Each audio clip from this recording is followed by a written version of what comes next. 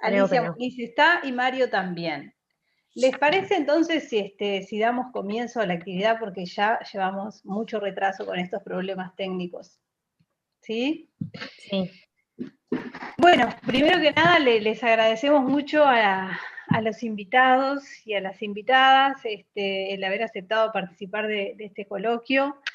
Nosotros desde el colectivo Familias Organizadas de la Escuela Pública lo que hicimos fue armar un formulario que contenía una cantidad de preguntas y cuestiones que queríamos relevar entre las familias, sobre todo vinculadas a las dudas, a las inquietudes y algunas observaciones que las familias tenían respecto a la COVID-19 y la escuela, ¿no? Y la participación de niñas y niños en la escuela. Ese formulario no lo hemos hecho público todavía, pero sí se lo enviamos a cada uno de los participantes del coloquio para que tuvieran una idea por dónde iban esas dudas, esas inquietudes, esas preguntas. Nos sorprendió de que, bueno, muchas dudas y muchas inquietudes no hubo, sí había impresiones, había algunas familias con muchos temores, con mucho miedo, pero no eran la mayoría. Y bueno, había ciertas preocupaciones que tenían que ver con el estar en la escuela, con los estados anímicos, con la salud mental de los chiquilines.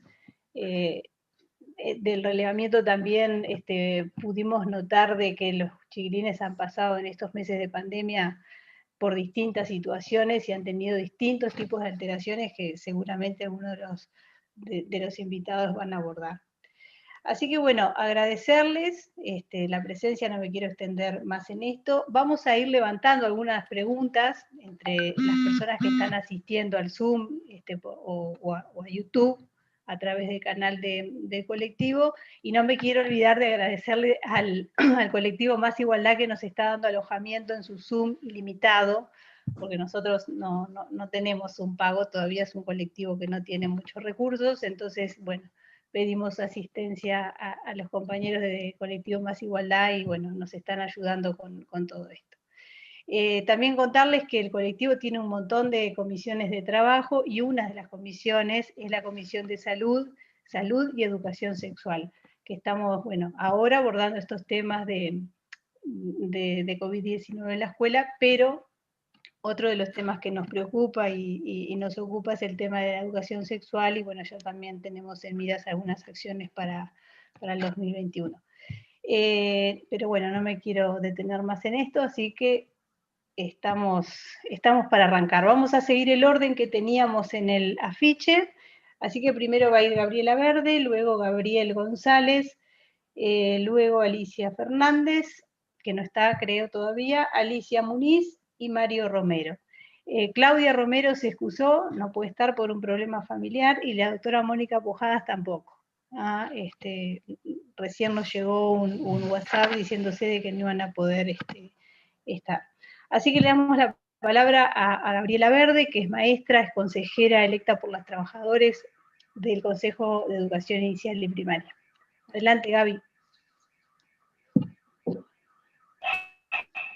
Bueno, buenas tardes a todas y todos.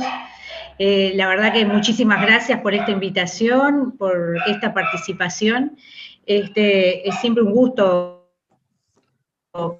conversar con las familias, es siempre un gusto poder el niño y la niña en la escuela desde varias miradas.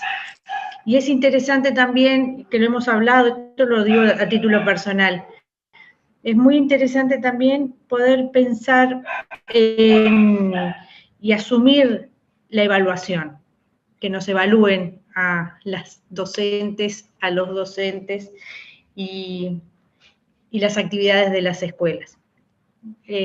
Muchas veces eso tiene un límite como un poco incierto, o que puede llegar a molestar en algunas circunstancias, pero para mí es un acto de lo más interesante como para poder revisar todas nuestras prácticas. No voy a decir nada nuevo con respecto a las pandemias, lo que hemos vivido todas las familias, y sobre todo las familias con niñas y niños en edad escolar y transitando la escolaridad en este 2020 que ha sido muy complejo. Estuve leyendo el material y también, como decía Gabriela, hubo cosas que me sorprendió.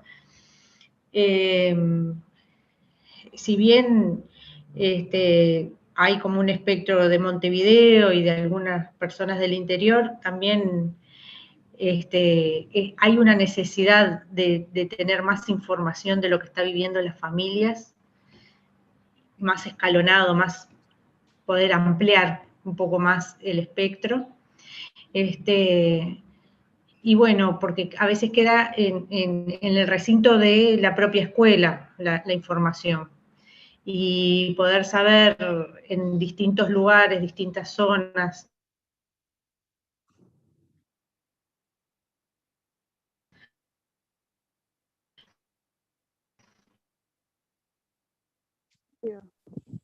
en distintas comunidades educativas, escuelas, es bien interesante la diversidad que tenemos tanto en el departamento de Montevideo como en el...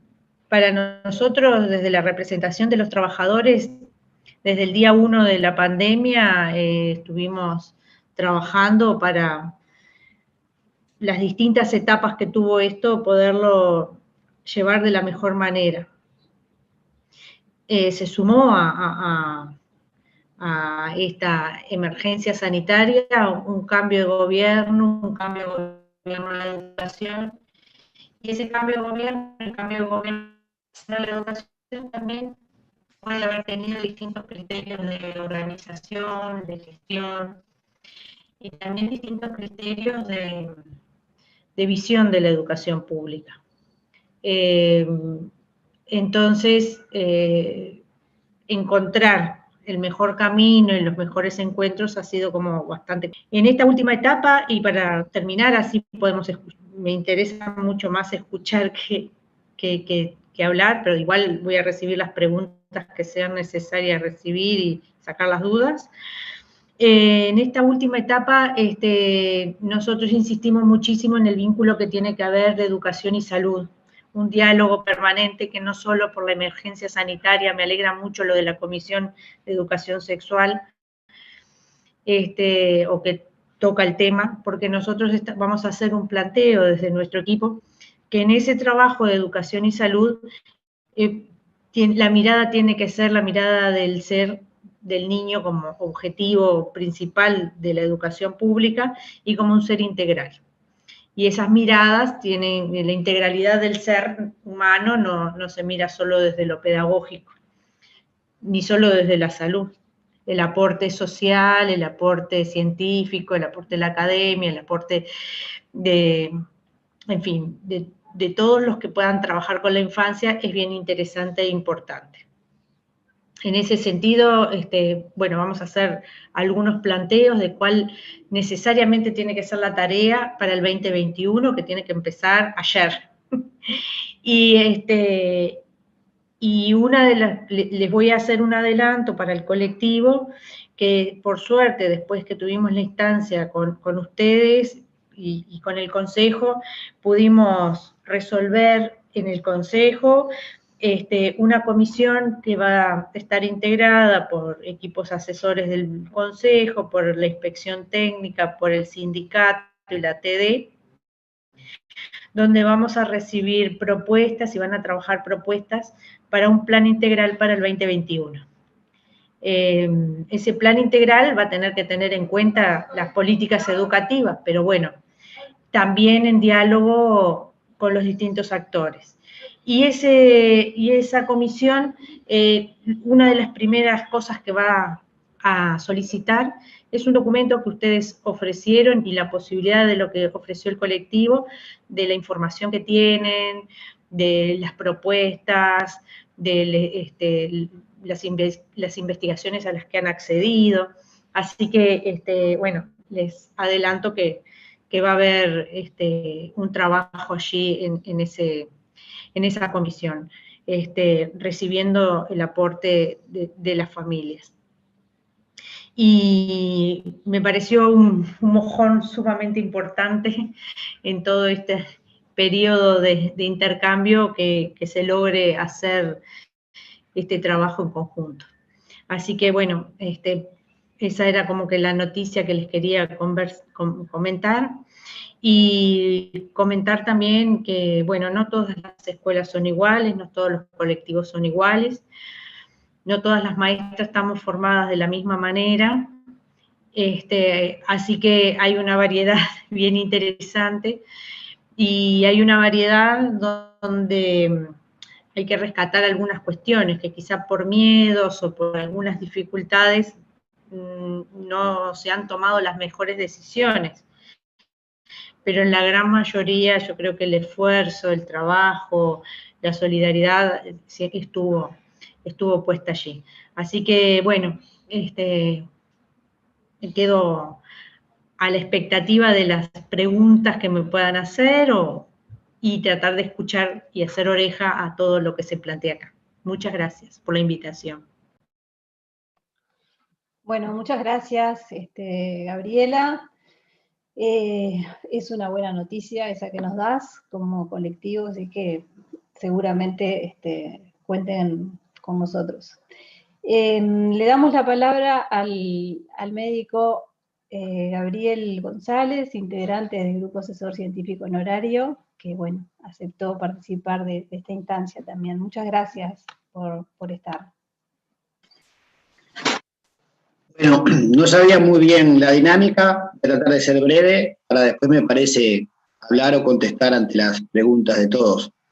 Primero que nada, bueno, buenas tardes, yo soy pediatra y neurólogo infantil, y bueno, y de alguna forma estuvimos trabajando un poco en este tema con el grupo de atención primaria, cuando empieza un poco la emergencia sanitaria, trabajando sobre todo lo que podía hacer daño por este virus, el daño colateral generado por las acciones que tomábamos.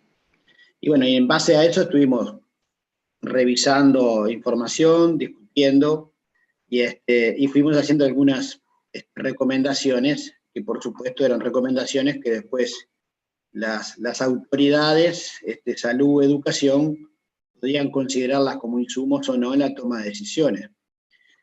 Lo primero que nada, me parece felicitarlo porque creo que es una muy buena iniciativa, especialmente, digamos, porque sociedad, todos tenemos mucho para aportar, y me parece que, como decía recién la compañera, hay que pensar como objetivo principal que el 2021 está, y ya se nos viene, y parece que todo viene lento, y ahora con este cambio de la dinámica de transmisión, capaz que esto puede quedar más postergado, y realmente que hay que estar trabajando ya, porque si no el tiempo se nos va, y nos va a volver a pasar igual o peor que en el año anterior. Así que me parece que, bueno, bienvenido sea la iniciativa. Lo otro, obviamente, que inicialmente muchos de los actores, y tengo una cantidad de colegas de pediatras en la educación, y obviamente que entre todos han ido cambiando un poco de lo que pensaban. Yo recuerdo el primer informe que se hizo sobre que era más perjudicial el tema del cierre escolar, y varios me dijeron, van a ser como lo que hizo de Indias con los niños, esto es un disparate. Y bueno, mucha de esa gente después estaba diciendo, che, ¿cuándo van a empezar más, de alguna forma, la presencialidad? Y bueno, porque creo que es lo que ha pasado, y me parece que la información, el conocimiento, que la gente se vaya apropiando un poco de la etapa que estamos, cuáles son las disyuntivas, cuál es la mejor decisión. Y por supuesto creo que acá los familiares organizados, la educación, la salud, es importante junto con la academia para tomar las mejores decisiones, porque realmente sabemos que los niños fueron un poco víctimas de esta situación y han quedado postergados muchos de sus derechos. Y lo peor de todo es que si no nos movemos con bastante velocidad, el próximo año nos va a agarrar también un poco mal parado.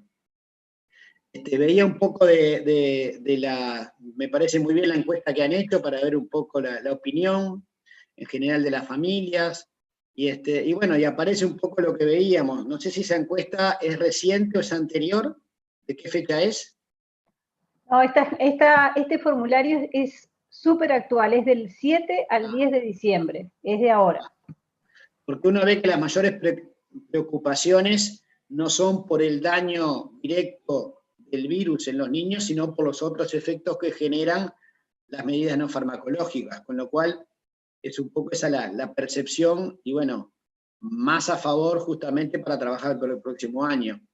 Nosotros, luego cuando hicimos las recomendaciones del aumento de la presencialidad, una cosa que pudimos observar era que a nivel, sobre todo del sistema privado, habían podido instrumentar una cantidad de medidas para aumentar la presencialidad, y a nivel del sistema público realmente la respuesta fue bastante lenta, y por supuesto que era muy difícil la realidad, me imagino, de cada centro, de cada escuela, pero bueno, en líneas generales me parece que para el próximo año y el primer semestre la realidad va a ser similar o peor del punto de vista de la circulación viral del próximo año, y bueno, obviamente que el desafío, sin lugar a duda, va a ser que la presencialidad escolar, especialmente en primera infancia, escolares y escolares, se puede tener la mayor presencialidad.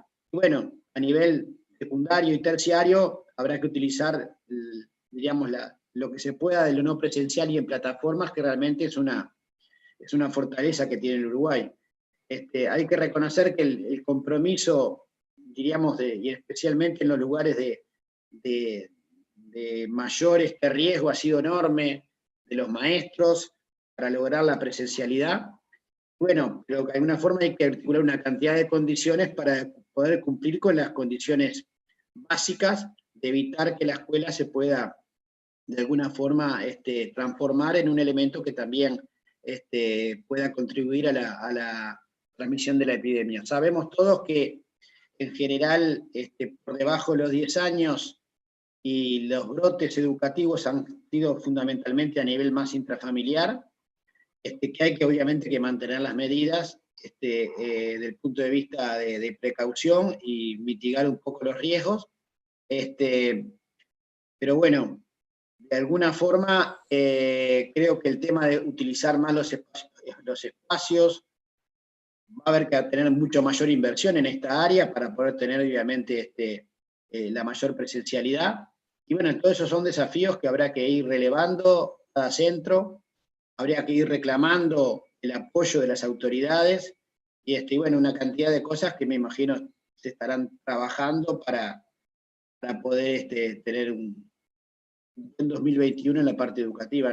No quería decir mucho más porque me imagino que después surgirán preguntas o algo y las vamos contestando, pero bueno, saludarlos, felicitarlos a todos, me parece una muy buena iniciativa, me parece muy bien, y cabe que esté educación, que esté salud, que esté todo el grupo de los familiares organizados, y bueno, y hay que trabajar fuerte y duro, mirando un poco para el 2021, ¿no?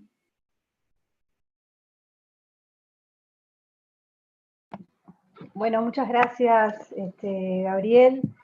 Le vamos a dar la palabra ahora a la doctora en psicología, Alicia Muniz, que es coordinadora también del programa de problemáticas clínicas de la infancia y de la adolescencia del Instituto de Psicología Clínica en Facultad de Psicología.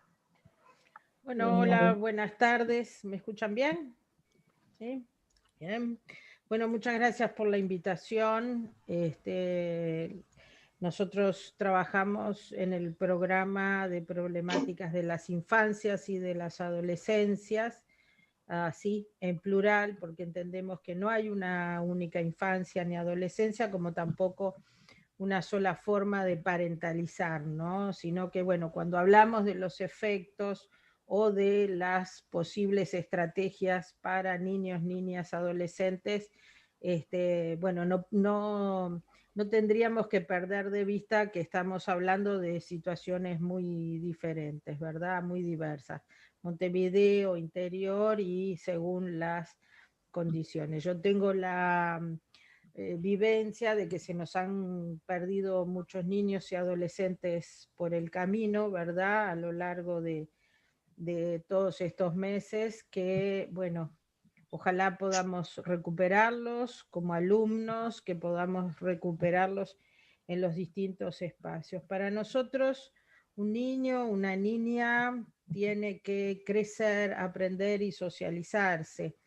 Entonces, me parece que las respuestas, ¿verdad?, de esta encuesta, que la verdad que los felicito porque está bien pensada, justamente las preguntas y las respuestas apuntaron a la cuestión del aprender y el socializarse, ¿verdad? Lo que muestra, y digo porque me parece que no todos conocen cuáles han sido las preguntas, pero a mí me llamó mucho la atención, digamos, que todo está centrado, la preocupación de los padres que respondieron en la esfera en la esfera afectiva y en la esfera social, de los efectos de la pandemia, ¿verdad?, sobre sus hijos. Y la verdad que si uno toma junto las respuestas y enumera, se encuentra con situaciones realmente que, bueno, que nos hacen encender luces rojas. No obstante, tanto en los servicios de facultad como en otras instituciones científicas que integro, nos ha llamado mucho la atención la escasa demanda que ha habido por parte de la familia para atención, es decir, enseguida se prendieron las alarmas y se ofrecieron todo tipo de orientación, atención, seguimiento, disponibilidad para consultas a través del teléfono, de la computadora, en fin, de lo que sea. Nosotros entendimos que no, la atención psicológica no podía desaparecer, digamos, más allá de que los servicios de salud, tanto público como privado, el primer movimiento fue retirarla.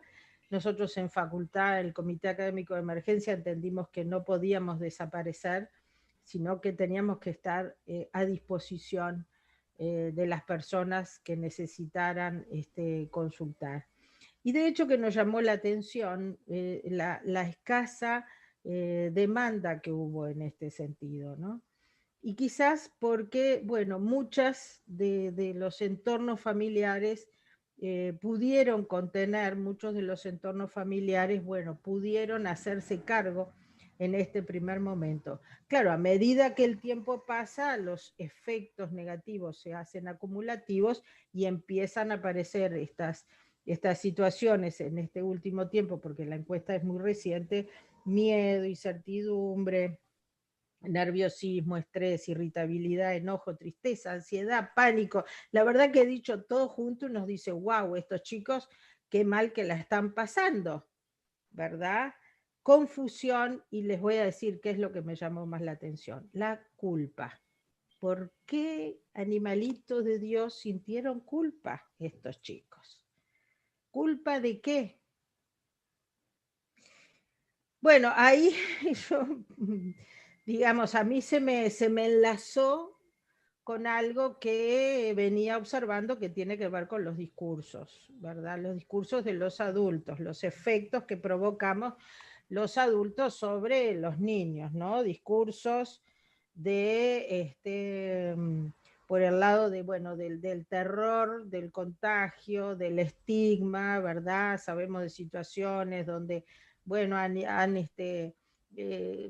distintas manifestaciones de una familia o de alguien que estaba contagiado, y entonces en el barrio un médico fue apuñalado porque no tenía el tapabocas, todo este tipo de cosas tremendas que después no se replicaron, pero bueno, hay un efecto que tiene que ver con los discursos, los mensajes contradictorios. Yo me acuerdo que en plenas vacaciones de julio sale el ministro a decir: salgan al aire libre, descansen, airéense, no se muevan mucho, pero tienen que salir. Y la Sociedad de Neumología diciendo: quédense adentro de casa, no salga nadie, ¿no? Entonces, de esos mensajes contradictorios tuvimos durante todo este tiempo. Y quizás expliquen algo que le hemos perdido el miedo en estos momentos y estamos como estamos. la hiperinformación, ¿verdad? Era imposible, estando 24 horas dentro de casa, que los chicos no escucharan los informativos, no supieran las mismas cosas de las que estábamos pendientes los adultos. Y eso, bueno, entra en la cabeza de un niño, de una niña, que no sabemos cómo lo va a procesar. Entonces, culpa si quería ver al abuelo, culpa si se lavaba las manos, si no se lavaba las manos, sobre todo en edades, en etapas, ¿verdad? Donde, bueno, ciertos mecanismos psicológicos pueden favorecer estos temores a las enfermedades, etc. Entonces, me parece que estamos en un momento donde estos efectos acumulativos empiezan a verse de otra manera. Miren, a mí una de las primeras cosas que me llamó, yo me reintegré presencial en el mes de junio a trabajar en la consulta, y me reintegré. Yo soy una persona grande. ¿Saben por qué me reintegré? Porque los niños me pedían volver al consultorio. Ellos no aguantaban más la pantalla, ellos necesitaban el contacto directo, con todas las herramientas y las estrategias, pero el niño necesita el encuentro, como lo necesitaba en la escuela, en los compañeros, ¿verdad? Y este efecto sobre la socialización, ¿verdad?, ha sido una de las cosas que más nos preocupan, ¿no? Cómo un niño tanto tiempo alejado de sus pares, no, costos, beneficios, de qué manera podemos favorecerle.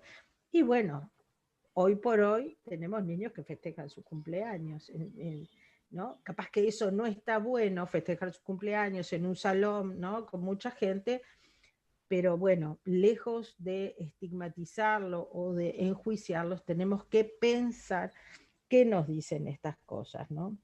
Es decir, cuánto tiempo podemos tolerar las restricciones, las postergaciones, las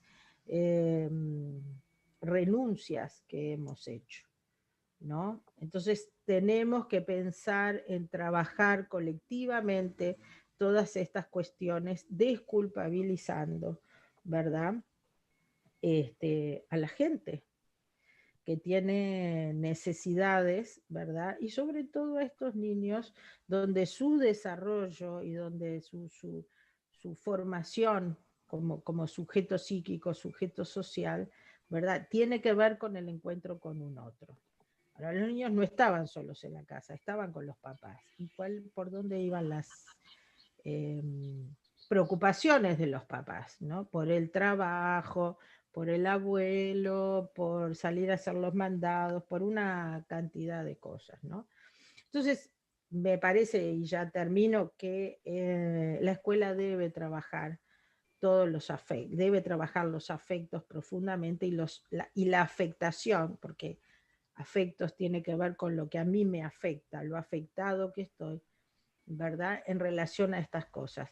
En los adultos, en las maestras, en los padres, en los niños, ¿verdad? Porque si no nos van quedando cosas demasiado importantes de lado. No solamente volvemos a la escuela para, bueno, aprender la cursiva, porque yo estoy desde junio evaluando niños, ¿verdad? Y el problema es, no le sale la cursiva, por favor. En este año, ¿a quién le importa la cursiva? ¿A quién le importan las tablas? ¿A quién le importa la división?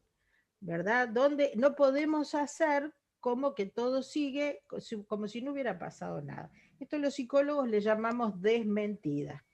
Y me parece que no podemos quedar siendo presa de la desmentida, porque nos lleva, digamos, por caminos muy erráticos. Nos está pasando algo muy grave, tenemos que retomar nuestras rutinas, pero en este nuevo contexto, ¿verdad? Y no jerarquizar o no poner el acento en las mismas cosas como si volviéramos a las aulas y no pasara nada. Quizás es tiempo de trabajar otras cosas, la cursiva, la división, las tablas, ya se verá. Lo mismo ha pasado con los adolescentes, ¿no? Poner a los adolescentes de las 8 de la mañana a 6, 7 horas en un Zoom en los colegios privados, y la verdad que eso no está escrito en ningún libro. Hay que repensarlo de cara a este 2021, que por lo menos en el primer semestre, y yo me guío por lo que nos mandatan en la universidad, en el primer semestre vamos a seguir bajo las mismas condiciones. Dejo por acá, seguimos con el intercambio. Gracias.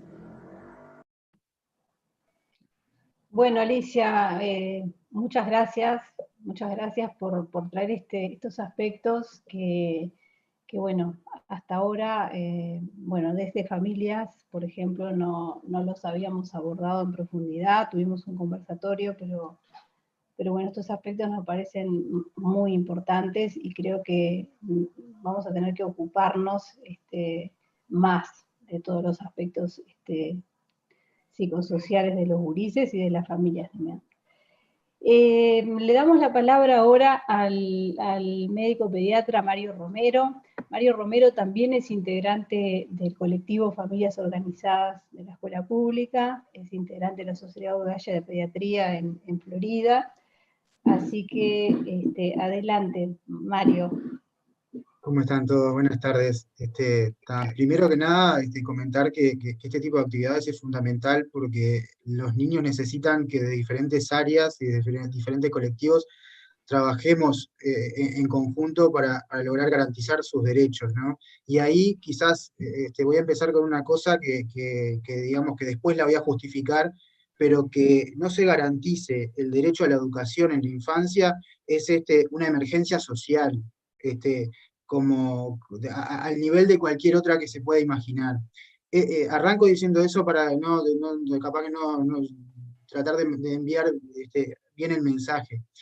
Incluso analizando un poco las respuestas del trabajo que se hizo de la encuesta, a mí me llamó un poco, o por lo menos para hacer un llamado de atención, o no sé cómo llamarle, pero cuando uno organiza por grupos las respuestas de la encuesta sobre las preocupaciones, en definitiva, de los adultos, aparecen en el primer lugar cosas que tienen más bien con la necesidad que tenemos nosotros los adultos de que los niños funcionen de alguna manera, de la funcionalidad, o sea, desarrollo y aprendizajes académicos, como esa preocupación que tenemos los padres de que, bueno, no sé, les vaya bien. Y los sentimientos no aparecen en un primer plano, aparecen en un segundo plano, y bueno, y los cuidados y el contagio del virus aparecen, si se quiere, en un tercero. Y ahí, no sé, esto es una cosa que no es muy académica, pero yo considero que los seres humanos estamos hechos de sentimientos. O sea, si bien yo vengo del área de la medicina y lo biológico importa muchísimo y hay que estudiar montones de cosas de las cuestiones biológicas, en definitiva los seres humanos tomamos decisiones, vivimos en función de nuestros sentimientos. Y eso quizás lo tenemos que tener más, o más visible, o de alguna manera interesaría que estuvieran en primer lugar si nosotros estuviéramos pensando digamos, en la capacidad de los niños de poder enfrentarse a las cosas. Y sin embargo, muchas veces lo ponemos en un segundo plano. Un poco para algún comentario digamos, para tratar digamos, de poner el problema en su lugar, o intentando, porque la verdad que la ignorancia de todo este problema ha sido grande y ha sido tan complejo como que se inició la pandemia como un problema inicialmente biológico que se transformó en un problema digamos, complejo e integral, y no solamente en el lugar que inició, sino a nivel mundial. Y con un impacto en la salud integral enorme. Y de ahí, como cualquier problema de salud, ya sea en la salud individual o la salud colectiva, se plantean medidas, y esas medidas hay que tratar de que sean adecuadas, y bueno, y que generen los menores efectos adversos, o que generen efectos beneficiosos, y bueno, y no se generen con cuestiones como las cosas que sabemos que han ocurrido relacionadas al fenómeno conocido como la parapandemia. Ahí un poco, hablando de salud individual y salud colectiva, hay algunas cuestiones de la ética, de la práctica médica, o de la práctica de la atención en salud en general, que tienen que ver que uno cuando está trabajando tiene que tomar decisiones clínicas, ¿no? Que afectan la vida de repente de un individuo, de una familia, y hay un par de cuestiones muy importantes, que es hacer el bien, y no hacer daño, ¿no? Eso es como lo que de alguna manera siempre estamos involucrados o debemos reflexionar sobre eso cada vez que tomamos decisiones clínicas. Por poner solamente un ejemplo que a veces ocurre, los niños se pegan en la cabeza frecuentemente. Justo está Gabriel, que es neuropediatra, puede estar involucrado en esto, pero se pegan mucho en la cabeza. En medicina tenemos protocolos que nos marcan qué hacer, y una de las cosas que podría llegar a hacerse frente a algunas circunstancias es hacer una tomografía para saber si hay una lesión dentro del cerebro. Por suerte, yo creo que algunas de las cosas médicas están cambiando y estamos tratando del que no hacer sea mejor que el que hacer.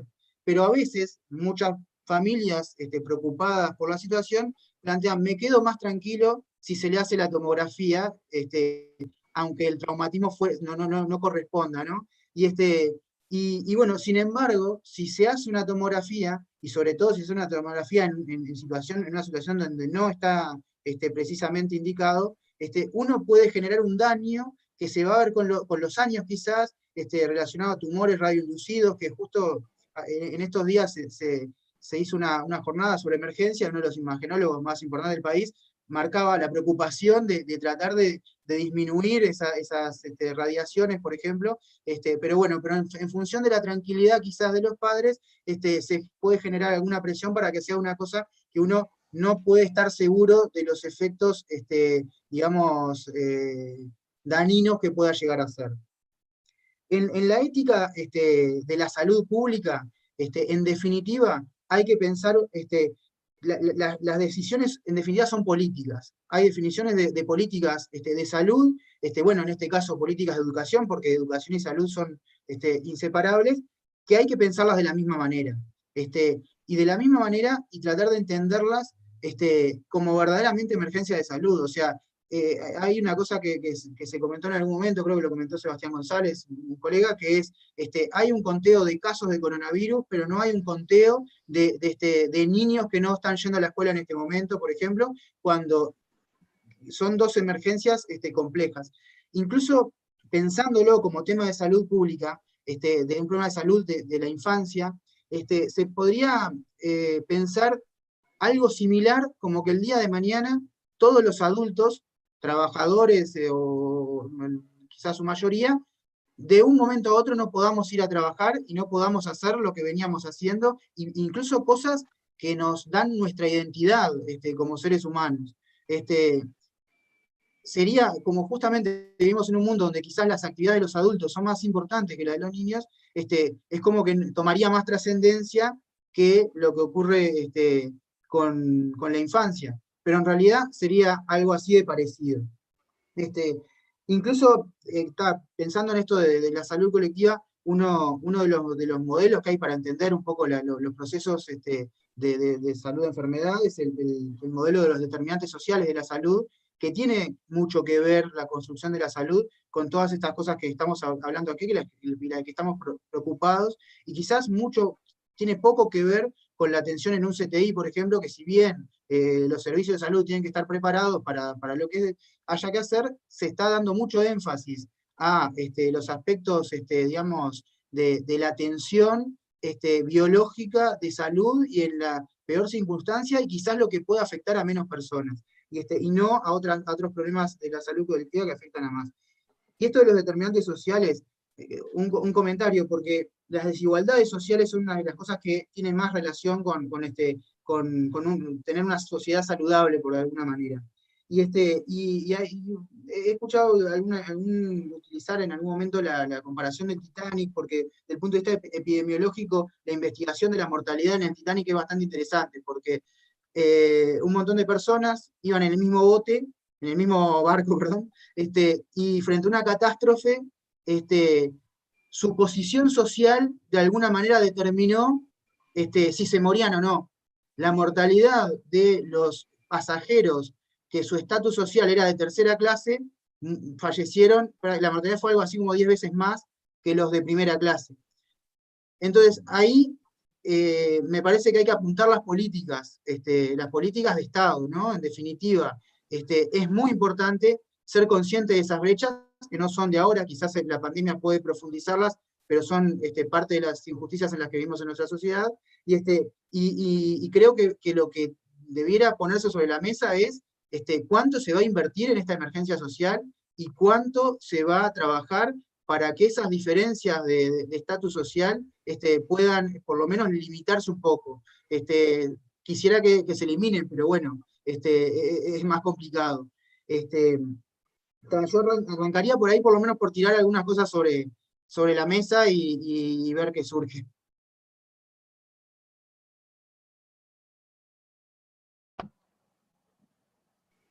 Bien, Cecilia.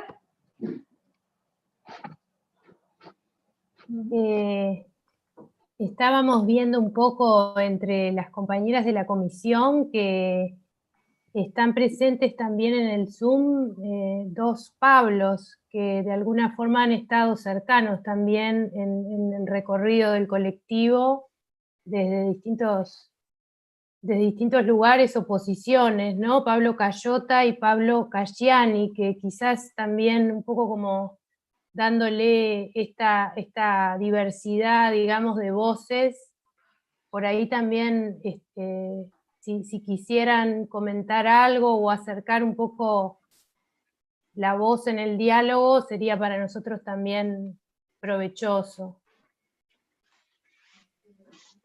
La idea sería, bueno, como poder dialogar a partir de estas posiciones, ¿no? Le toca a Cayota por artículo 13. ¿Cuál es el artículo 13?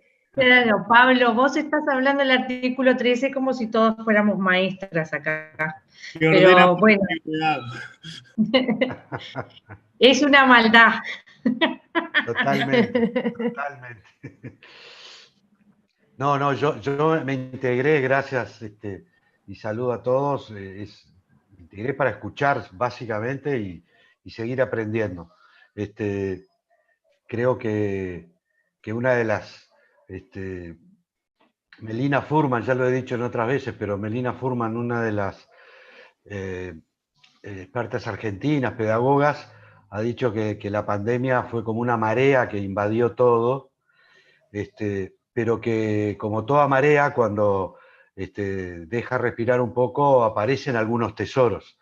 Y yo creo que que haya aparecido este colectivo, que sé que no apareció con la pandemia, pero que se hizo, digamos, más públicamente conocido, el colectivo de familias. Creo que era un actor ausente del sistema educativo y creo que, bueno, hoy ya no es un actor ausente, ha actuado y ha hecho sentir su voz y creo que ha hecho un aporte muy importante. Así que les agradezco esta instancia y simplemente voy a participar escuchando muy atentamente y intercambiando opiniones. Así que muchas gracias.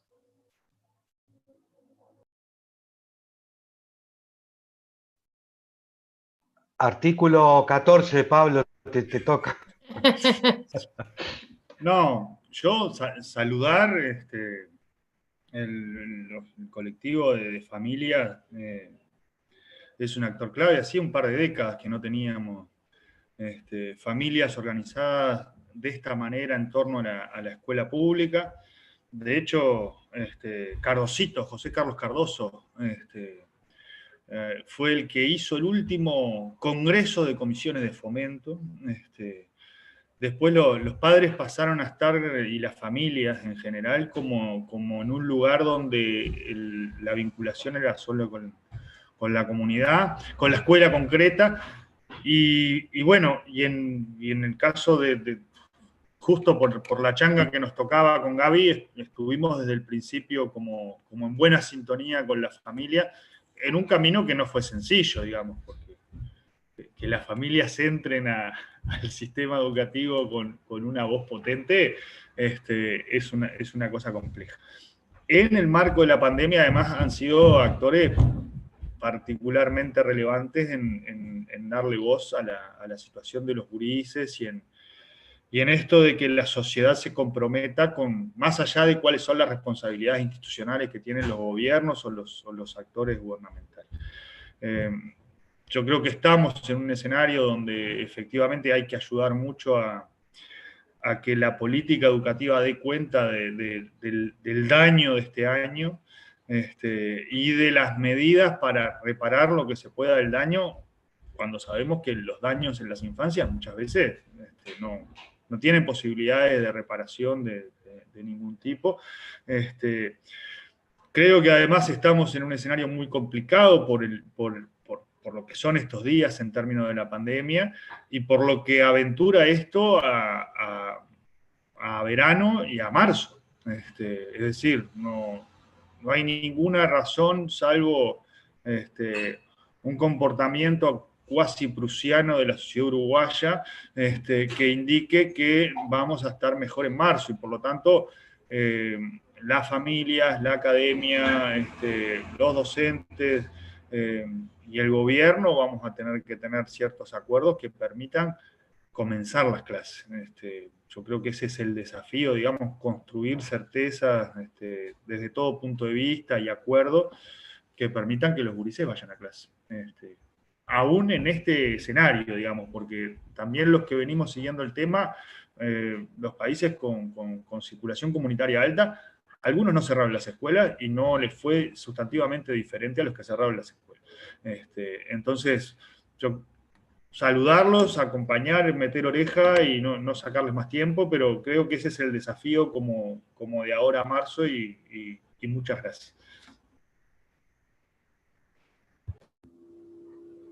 Muchas gracias a ambos Pablos por sus comentarios.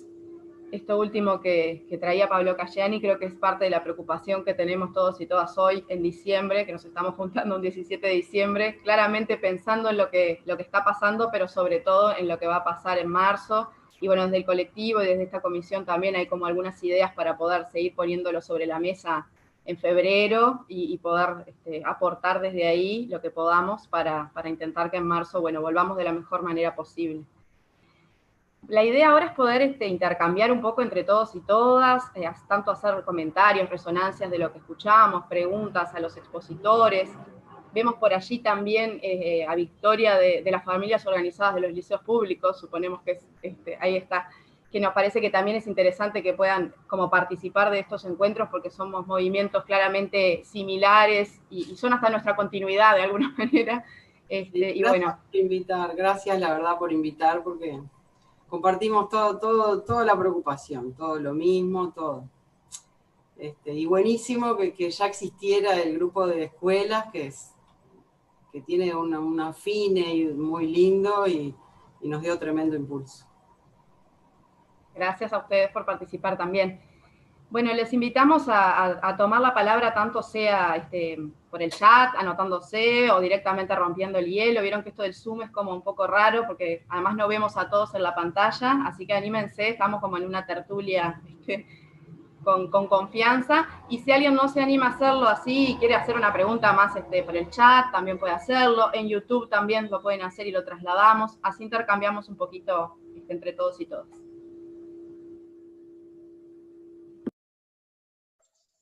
Bueno, permiso, yo voy a romper el hielo, me voy a animar, y en realidad más que una inquietud desde lo personal, nos está viendo mucha gente, está unida por YouTube, y la pregunta es para Gabriel González.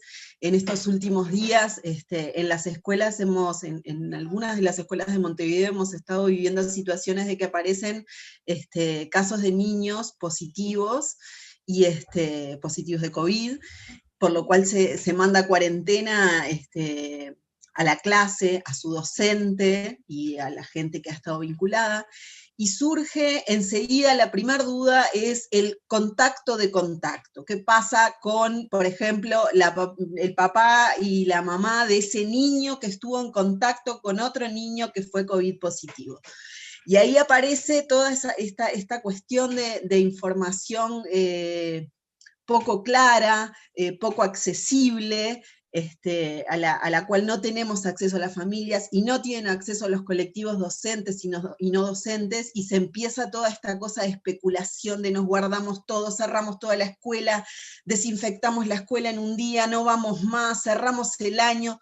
Y entonces yo lo quiero traer en la medida de qué pasa en marzo, si el escenario es similar, si volvemos a tener la misma cantidad de casos que ahora, o más, o menos, pero siguen habiendo casos de COVID positivo. Y bueno, la pregunta puntual a esto es, ¿qué pasa con los contactos de contactos? Puedo responder yo, también está Mario por ahí. No, obviamente que la circulación en las escuelas, diríamos, es lo que está aconteciendo en la circulación comunitaria, refleja un poco eso, ¿no? El porcentaje de brotes en las escuelas, y cuando bajamos por debajo de los 12 años, diríamos, preescolares y escolares, en general, hasta cuando está circulando muy alto, es siempre un 5%, o sea, siempre es bajo.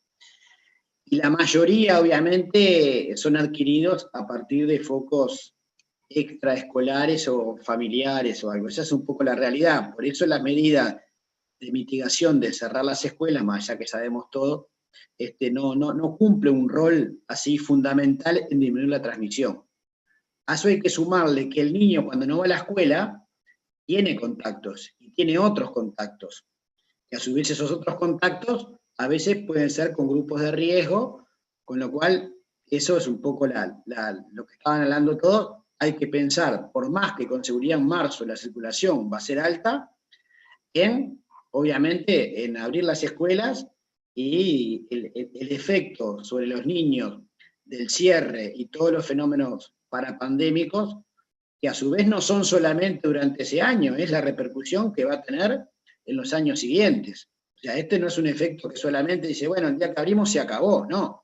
El día que abrimos sigue transcurriendo, y en muchos niños, lo que estamos viendo ahora, cuando uno empieza a controlar niños en el periodo de Rosell o algo, de una cantidad de niños que estaban concurriendo a CAIF, algunos con alguna, diríamos, riesgo social o con alguna patología del desarrollo, que durante todo este año no tuvieron prácticamente contacto, con todas las dificultades que han pasado los padres, con lo cual hay que estar pronto posteriormente. Me parece que es clave, yo siempre digo, el pediatra y el maestro cumplen funciones muy parecidas. Creo que son dentro de la sociedad, yo siempre digo, en este año cuando hablamos del Día del Pediatra, digo el Día del Pediatra y del Maestro. Y por eso nosotros tenemos en nuestro país dos personas que fueron maestros primero, y después fueron pediatras. Y la verdad, yo dentro de la medicina, la pediatría es una disciplina que una de las cosas que me parece que más valoro es que hay pocos soberbios, hay pocos arrogantes, como pasa también con los docentes y con los maestros.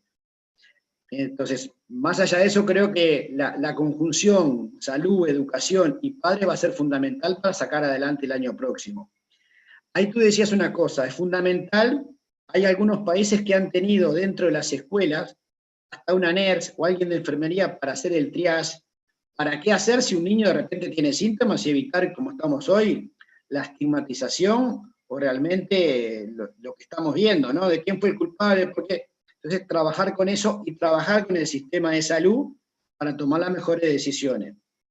Lo que tú decías es verdad, que se genera una alarma pública cuando aparece un caso. Habitualmente Salud Pública tiene muy bien establecido las normas y los procedimientos. En general, lo primero que se hace es definir si fue contacto o no. Y ahí aparece si estuvo, digamos, más de 15 minutos en contacto con un caso positivo, ¿tá? En las 48 horas antes del hisopado o del inicio de los síntomas. Eso es lo que se define el contacto. Entonces, bueno, en ese caso se toma la precaución de evitar, por la diseminación viral, de que esté en contacto con otras personas y hacer la cuarentena hasta que se descarte o se confirme. Lo que no justifica es tomar contactos de contactos. De todas formas, en esos casos, muchas veces, hay que tomar la decisión, y eso lo tienen en función de la circulación, si justifica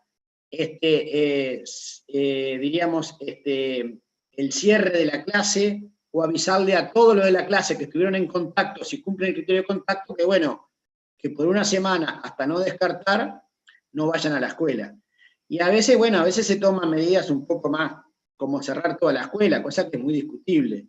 Pero bueno, ahí hay que tomar un poco el caso y la decisión. Pero me parece que el teléfono directo entre educación y salud es muy importante. Habitualmente está entre las normativas que se hable con el Comité de Salud, porque el que toma la decisión obviamente es el Ministerio de Salud Pública. Y repito, muchas veces cuando hay más circulación o algo, pueden cambiar la definición de contacto, los criterios de hisopado o no, y los plazos de las cuarentenas, pero en principio por ahora es eso. No sé, Mario, si quería decir algo más.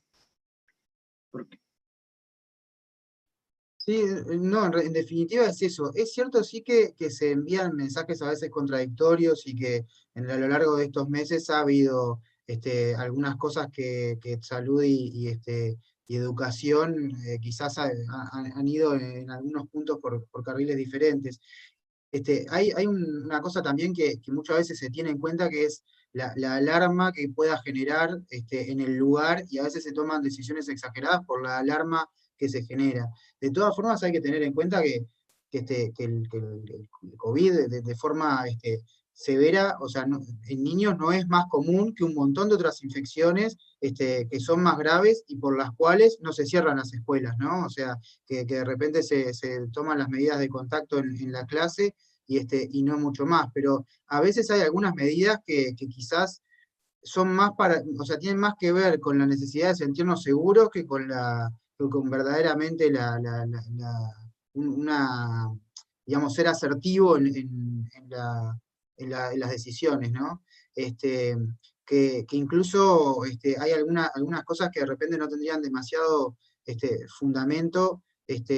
Hay una cosa que es bastante interesante, hay el hijo de Silvina que anda por acá, como se encintaron todos los lugares de juego, él decía que era la escena del crimen, ¿no? Y en realidad no había un fundamento claro para eso, ¿no? Sin embargo, estuvo en los protocolos de educación. Y bueno, esas cosas me parece que también por la rapidez que ha tenido todo esto en términos digamos, sociales, a veces hace que se puedan tomar decisiones un poco contradictorias, pero en realidad está bastante pautado por el ministerio. Bueno, muchas gracias. Estaba Ana en la lista. Adelante. Bueno, buenas noches, muchas gracias. Bueno, eran dos cosas, en realidad, que dos partes de lo mismo, ¿no? En esto de este necesario cruzamiento entre salud y educación. Por un lado, en lo concreto, en las escuelas, por lo menos en la escuela nuestra ha pasado que las distintas instituciones médicas han dado directivas no siempre similares para las mismas clases incluso. Y eso ha llevado a cómo lo viven las familias cuando empiezan a cruzar información. Ahí es donde existen, digamos, un poco los miedos o los conflictos o las diferencias. Entonces, esta cuestión de criterios, si bien el Ministerio de Salud Pública lo tiene como bastante unificado, no ha logrado bajar por lo menos parejamente, y en la medida que se pueda estrechar ese lazo parecería ser súper importante. Nosotros en la escuela de mis hijos lo hemos vivido así, como que mucha disparidad de criterios, supongo que a todos nos pasa lo mismo. Y después lo otro, con respecto a lo mismo, es en ese estrechamiento hay muchas cosas para hacer. Nosotros en el colectivo algunas empezamos a conversarlas como un poco pensando que a partir de que la tarea educativa empiece a tener relevancia como primordial, así como hay otras, como esencial de alguna manera, seguramente logremos, por ejemplo, que el tema de los test y el tema de los resultados pueda agilizarse para que una escuela no quede una semana cerrada o más días esperando, porque hay instituciones médicas, no quisiera dar nombres, pero hay instituciones que están demorando muchísimos días en hacerlo y muchísimos más en dar el resultado. Y eso reviste o sea, es todo complejo, ¿no? Porque es la maestra, los niños, las direcciones, y no podemos encarar el año que viene de esa manera.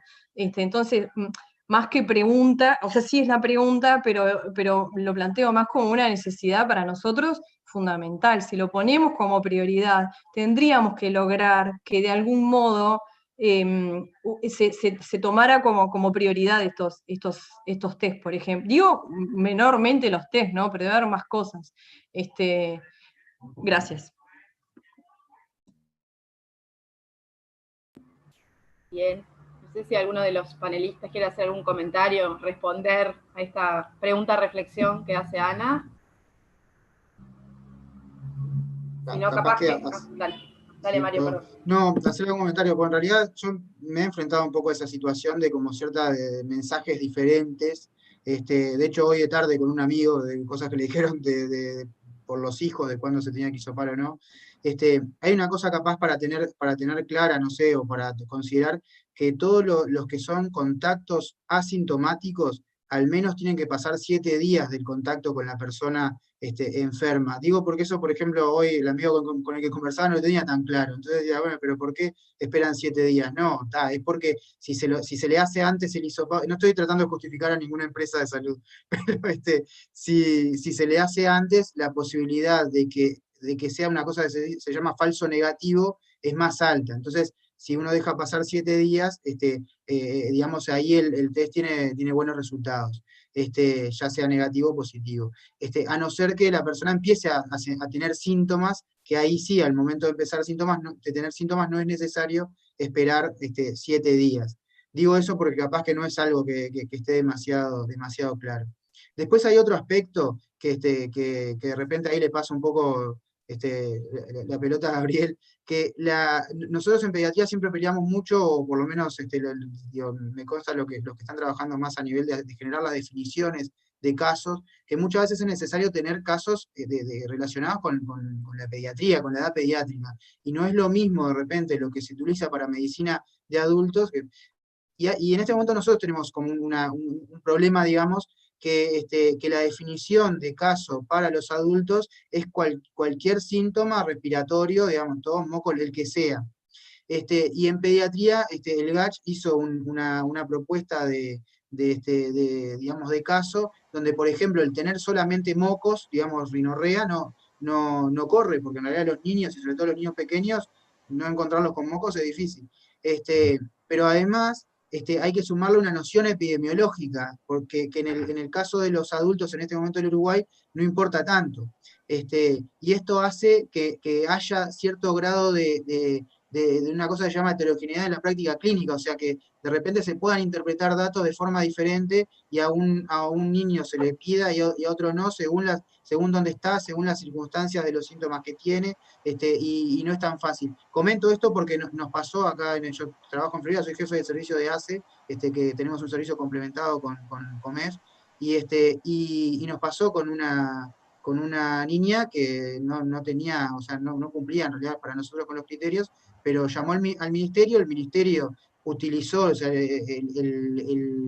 la definición para los adultos y nos dijo que la teníamos que hisopar. Es más, le dijeron que vinieran a reclamar que lo hisopáramos. Digo, a ese nivel a veces se dificulta el manejo de la información. Pero bueno, son cosas que en realidad van a tener que ir mejorando en la medida, ahora por ejemplo en Florida ya nos pasa que al tener muchos más casos, estamos entrando y estamos aprendiendo mucho también. No tanto niños, porque verdaderamente no tenemos, creo que hay 2 niños nada más, pero eso me parece que va cambiando en la medida que se va avanzando y que se va aprendiendo. Un comentario que a veces, sobre todo a los padres, es el tema de los factores de riesgo. Con eso también, en general, los factores de riesgo de qué niños pueden tener mayor riesgo de tener una enfermedad grave, se extrapoló lo que pasaba con adultos. Entonces, o lo que pasaba con otras infecciones respiratorias.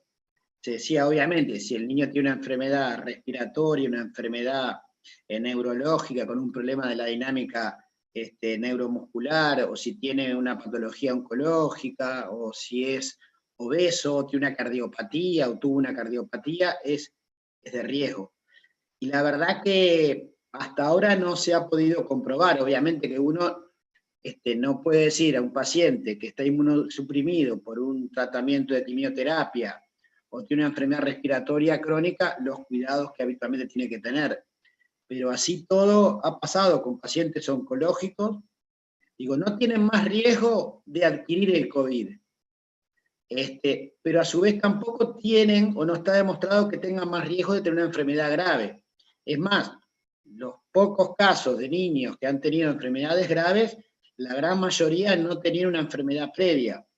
Y ahí es otro elemento que hay que considerar en el sistema de salud, bueno, de qué niños son los que realmente hay que cuidar y que no puedan concurrir.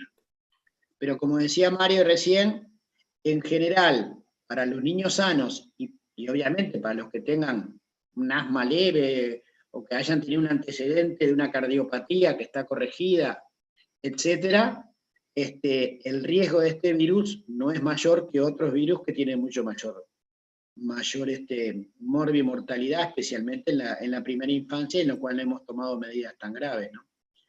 El otro punto en cuanto a las repercusiones que estábamos viendo el otro día en cuanto a trabajos, obviamente que las alteraciones socioemocionales, los trastornos del sueño, la pérdida de hábitos, ha sido muy importante. Ahora, como decíamos, no es similar. Ahorita sería un trabajo que decía que aumentó por 4 en los grupos más vulnerables, pero en otros grupos que no eran tan vulnerables, los problemas socioemocionales disminuyeron, por ejemplo, con las medidas de estar más en contacto con la familia, cosas como siempre, no puede ser que sea homogéneo, pero más allá que sabemos que en los niños más vulnerables y los niños más pequeños, donde se está desarrollando su cerebro, sus conexiones, y la importancia que tiene la escuela con un rol importantísimo en el desarrollo, diríamos, del niño, obviamente que el impacto ha sido y va a ser importante, por lo cual hay que prepararse también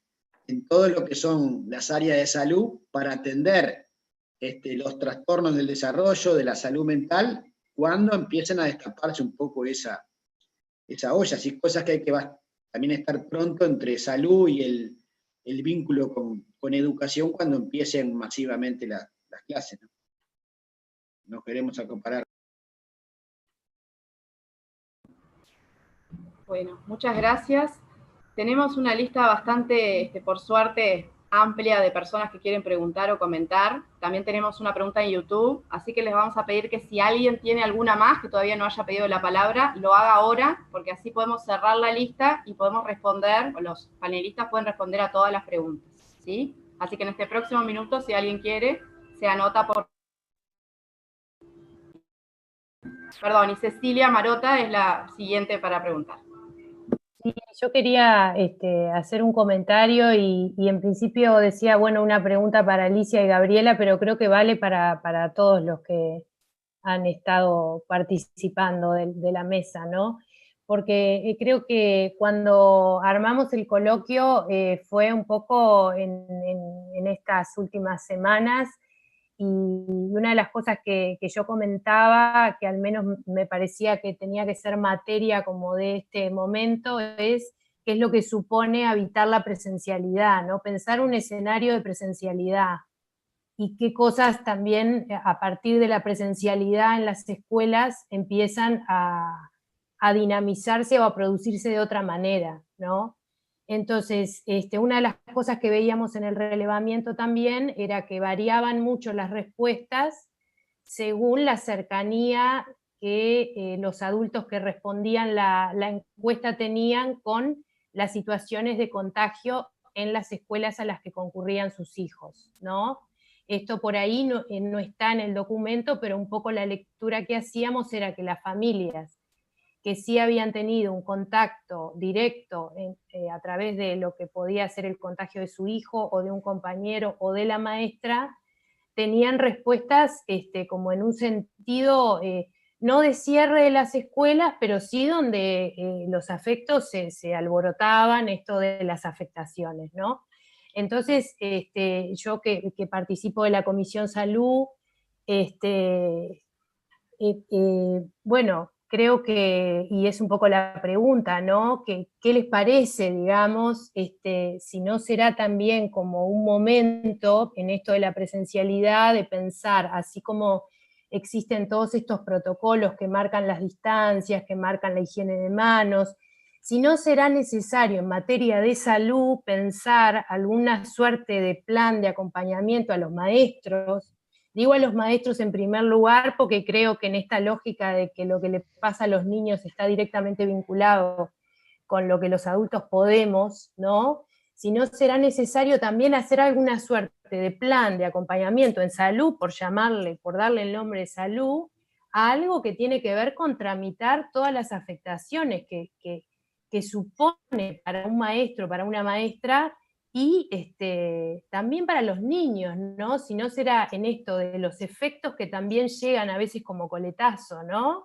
Porque frente a la disrupción o al quiebre de la cotidianidad, los gurises, bueno, van a empezar un nuevo año y van a seguir afectados. Si no, será también conveniente pensar algún plan de atención a la salud que incorpore como estos aspectos de un protocolo sanitario que tome en cuenta los afectos que tienen un lugar y que tienen, y donde hay profesionales que, bueno, que saben y pueden abordar esa dimensión de lo humano y de la salud. Entonces, en principio era una pregunta para Alicia y para Gabriela, porque creo que fueron quienes hicieron referencia, pero también para Gabriel, para Mario, ¿no? Que bueno, también para los Pablo, ¿no?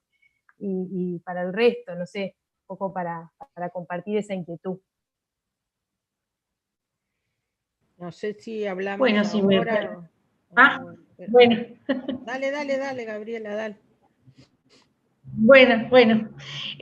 Sí, viene direccionado en el tema que nosotros lo queremos trabajar también dentro de las instituciones, como equipo, lo venimos planteando desde hace un tiempo, ya desde que estaba Pablo, que nosotros no podemos dejar gestionando a las escuelas como si cada escuela fuera una unidad por separado. Hay cuestiones que tienen que tener una mirada institucional, como escuelas públicas, y después tenemos las particularidades, por supuesto. En esas particularidades entra lo que siente, por supuesto, cualquier persona, y un elemento a trabajar, que capaz que Alicia ahí puede reforzar un poquito, son los miedos. Los miedos de las adultas y los adultos que trabajan en una institución. Esos miedos muchas veces vienen desde la desinformación, porque por más que haya muchísima información por todos lados y esté saturado, eso hace que la información no se transforme en conocimiento, quede solo ahí como información. Y que si no hay un plan ordenado de trabajo sistematizado que tiene que ver con el estudio que podamos hacer en conjunto, docentes y la salud, muchas veces esas dudas que podemos tener como adultos nos generan esos miedos. Entonces, sin duda que es un elemento sumamente importante como para trabajar en este equipo de trabajo que pretendemos que comience de inmediato. En ese sentido, ese aspecto que tiene que ir en conjunto, que cuando hablé en principio comenté que es el primer punto de trabajo, que es el vínculo educación-salud, la salud mental, primero que nada, en esta cuestión, porque hace a que las decisiones que podamos tomar con miedo o sin miedo sean muy diferentes. Las escuelas han pasado por diversas cantidades de situaciones, y esa diversa cantidad de situaciones, en todos los casos que hubo que suspender clases, fue a partir de la recomendación del Ministerio de Salud Pública, al CODICEN y el CODICEN a primaria o a secundaria o a UTU. ¿Cuáles fueron los motivos? Muy bien, los motivos con respecto a la epidemia, en cada caso yo no los tengo registrados, habría que buscar la información. En un solo caso, y ahí van los miedos, en un solo caso tuvo primaria la decisión de cerrar una escuela. Y fue la escuela 200, que es la escuela de discapacidad motriz y multiimpedidos. Nos dio miedo, eso fue lo primero que pasó, y nos superó la situación de la posibilidad de contagios en esa institución. Un adulto dio positivo y bueno, y ante esa situación se decidió cerrar 2 días la escuela.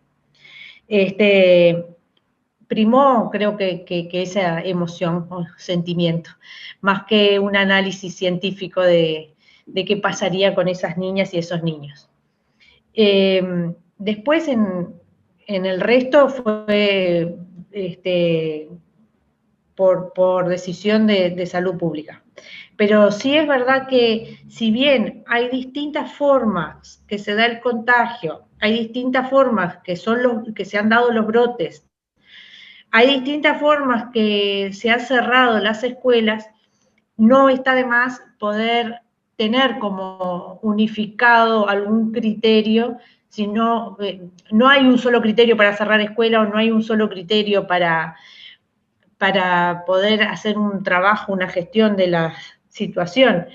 Pero sí habría que ordenar la información, es verdad, sí hay que tener un mensaje claro a las docentes y los docentes de cada escuela, y no hay que dejarlas solas las escuelas que gestionen a su manera la comunicación, y todo eso va a necesitar estrictamente de otra de los aspectos que nosotros queremos trabajar en esto del plan integral para el 2021, es en la formación de los docentes, que evidentemente, uno, no solo desde el punto de vista pedagógico y didáctico, sino también desde el punto de vista del vínculo con la salud y la salud integral, y esa mirada integral del niño y de la niña.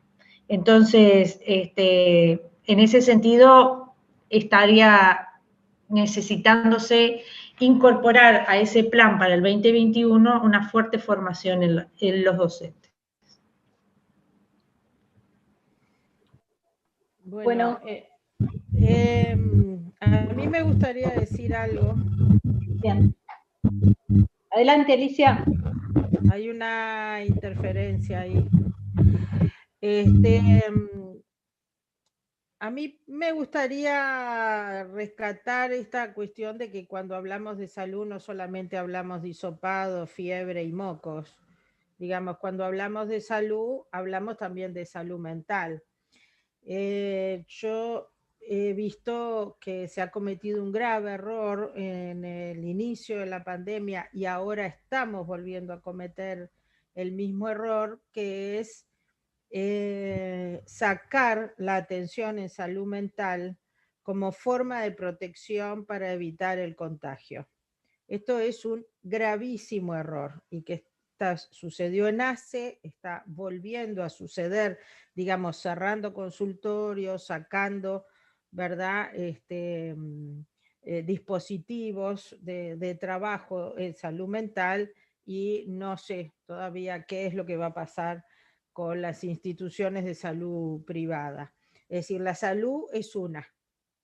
¿tá? Quizás lo que Gabriela dice, la salud integral. La salud es una, y a la prueba esto, ¿no? Es decir, cómo mantener el sostén, la contención a los docentes, los y las docentes, cuando por ahí quedan capturados por el miedo, ¿no? A mí no me queda claro que una escuela cierre por el contagio, quizás cierre porque no tiene suficiente escuela y colegio, suficiente personal como para limpiar todo rápidamente, ¿no? Digamos, porque uno ha escuchado muchas cosas, ¿no? ¿Por qué se cierran las escuelas? Porque varias maestras o maestros, bueno, no van, no hay suplentes, etcétera. Es decir, es bastante más complejo que cumplir con un protocolo. La cuestión de la escuela, lo que ha pasado son situaciones bastante más complejas que, bueno, hay un caso y hay que cerrar. Y hay que atender esto, ¿no? Porque bueno, el niño se pone en riesgo en la escuela y sabemos lo que pasa si el niño se queda 7 días encerrado adentro de la casa, con quién, cómo, en qué condiciones. Digamos, es una forma de pensar el problema, me gusta lo que Romero decía, emergencia social. Como es una emergencia social y no solo sanitaria, digamos, tenemos que mirar las múltiples aristas que tiene este fenómeno y tratar de contemplar, ¿verdad? Estrategias de cuidado que sean o que lesionen la menor cantidad de áreas posibles. Entonces, por supuesto que hay que acompañar a los docentes no pueden trabajar con miedo, ¿verdad? Porque le transmiten todo esto, los niños son una esponja que reciben directamente todos estos tipos de sentimientos, y es decir, para que no se constituya la escena del crimen, como dice el hijo de Silvina, ¿verdad? Es impresionante esta imagen, la escena del crimen, ¿se dan cuenta cómo los chiquilines piensan estas situaciones, con qué las asocian? Digamos, es brutal, ¿no? Por suerte ellos lo pueden decir y lo pueden manifestar fácilmente. Entonces, pensar en una emergencia social, pensar en estrategia en todos los niveles, porque la educación no es solo la educación está inmersa en una serie de procesos que tienen que ver con el crecimiento, con físico, con lo biológico, con lo emocional, con lo social, con lo económico, con lo comunitario, etcétera, etcétera. Y por supuesto, ¿no? Alguien preguntaba allí, la universidad, bueno, la Facultad de Psicología, si ustedes entran a la página, tiene muchísimos dispositivos implementados para la pandemia, además, bueno, a través de Cecilia, a través mío, podemos seguir pensando cómo acompañar, de repente, como decía Gabriela, cómo ir acompañando a los docentes. La universidad ha estado muy pendiente y a disposición. Bueno, quizás faltan como mecanismos de enlace y de llegada más fluido. Tampoco los psicólogos solo trabajamos en el campo de lo psicológico, ¿no? Trabajamos en campos bastante más abarcativos, ¿no? Los comunitarios, los sociales, en el campo de la salud, ¿verdad? En el campo de lo laboral, o sea, en todas estas formas. Nosotros hicimos un conversatorio como con docentes de La Valleja, que cuando empezó la pandemia llegó una inquietud de los docentes, ¿cómo vamos a hacer? Cuando empezaban a trabajar por Zoom.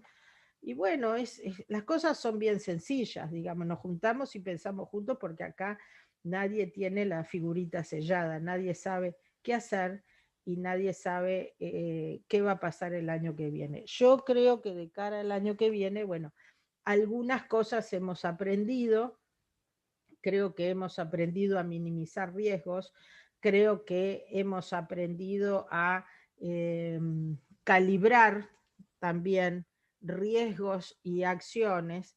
Lo que a mí me genera mucha duda es si seguimos teniendo confianza. Si seguimos teniendo confianza en las autoridades, de la más cercana a la más arriba, si seguimos teniendo confianza en los discursos, ¿verdad? Eso es lo que a mí me genera y que como dije en mi primera intervención, puede ser la clave de que fallen algunas cuestiones, ¿no? La pérdida de confianza en lo que se nos dice. Bien, gracias Alicia. Tenemos para hablar, está Valentina, Mariana Romanelli, Victoria, hay una pregunta de YouTube, está Pablo Cayota, Inés, y hay una pregunta de Ana Garmendia. Son las 9:10. Es bastante tarde, les vamos a pedir que sean breves en sus intervenciones y tal vez uno o dos panelistas invitados que puedan responder o dar cuenta de las preguntas que surjan. Así que le damos la palabra a Valentina. Bueno, ¿qué tal? Buenas noches. Me presento, yo soy Valentina Gustá, integro la Comisión de Salud de familias organizadas de la escuela pública, y un poco transmitirle una duda a Gabriel González, ya que forma parte del GACH y está como vinculado a la toma de decisiones, a los protocolos. Un poco lo que vimos en el colectivo, y especialmente en la Comisión de Salud, sobre el tema de la presencialidad, era que el problema se centraba mucho en los protocolos en vez de centrarse en los niños.